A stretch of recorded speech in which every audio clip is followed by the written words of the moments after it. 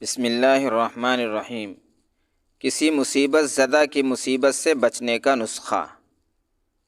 جو انسان کسی کو مصیبت میں مبتلا دیکھ کر یہ دعا پڑھ لے گا تو پوری زندگی اس مصیبت سے بچا رہے گا۔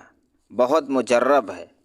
دعا کے الفاظ یہ ہیں: الحمد للہ الذی عافانی مما ابتلاک بہ وفضلنی علی کثیر ممن خلق تفضیلا۔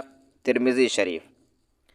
اور یہ دعا آپ کو مسنون دعائیں کے نام سے جو کتابچہ ہے چھوٹا، اس میں بھی آپ کو مل جائے گی۔ اور اس دعا کو علماء نے لکھا ہے اپنی کتابوں میں کہ اس کو آہستہ پڑھیں تاکہ اس کو تکلیف نہ ہو۔ اس کے ترجمے پہ آپ ذرا غور کریں کہ سب تعریفیں اللہ ہی کے لیے ہیں، جس نے مجھے اس حال سے بچایا جس میں تجھے مبتلا کیا، اور اس نے اپنی بہت سی مخلوق پر مجھے فضیلت دی ہے۔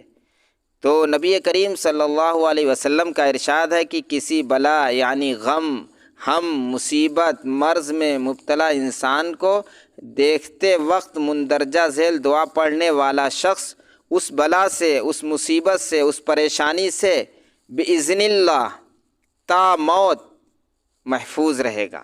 دعا کتنی مختصر ہے، بہت مختصر ہے، زندگی کے ہر موڑ پر کام آنے والی ہے۔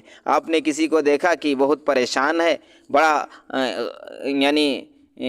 قرض میں مبتلا ہے، اور کرونا وائرس میں مبتلا ہو گیا یا کینسر میں مبتلا ہو گیا، تو یہ آپ نے اگر دعا پڑھ لی تو آپ اس بلا اور مصیبت اور مرض سے تا موت تک آپ الحمدللہ محفوظ رہیں گے۔